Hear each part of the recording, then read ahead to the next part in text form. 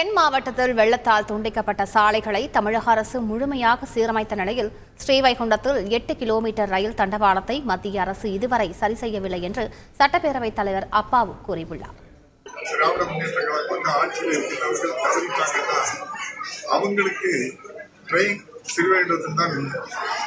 அந்த ட்ரெயின் அவங்களால என்ன பாதுகாக்க முடியல. முன்னெச்சரிக்கை நடவடிக்கைலாம் மத்திய அரசு பண்ணல. இந்த 3 மாவட்டத்திலையும் மிக ரொம்ப பாதிக்கப்பட்டது தூத்துக்குடி மாவட்டம். தூத்துக்குடி திருநெல்வேலியில் மிக அதிகமாக பாதிக்கப்பட்டு 101 சாலைகள் துண்டிக்கப்பட்டது. நம்முடைய ஏரல் பாலமே முழுமையாக அடித்து செல்லப்பட்டது.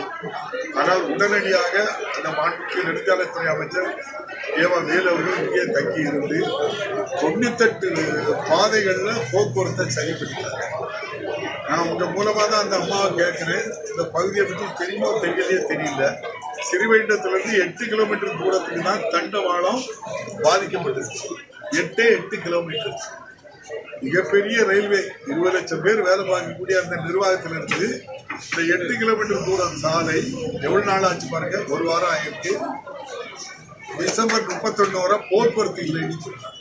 டிசம்பர் 31 வரைக்கும் போக்குவரத்து ரயில் போக்குவரத்து தடை செய்யப்பட்டிருக்கு அப்படின்னு சொன்னா அந்த 8 கிலோமீட்டர் தூரத்தில் உள்ள ஒரு பாலம் சரி பண்ணதுக்கு கூட ஒன்றிய அரசு அது ஏழாம். செய்திகளை உடனுக்குடன் தெரிந்து கொள்ள உடனே சப்ஸ்கிரைப் பண்ணுங்க.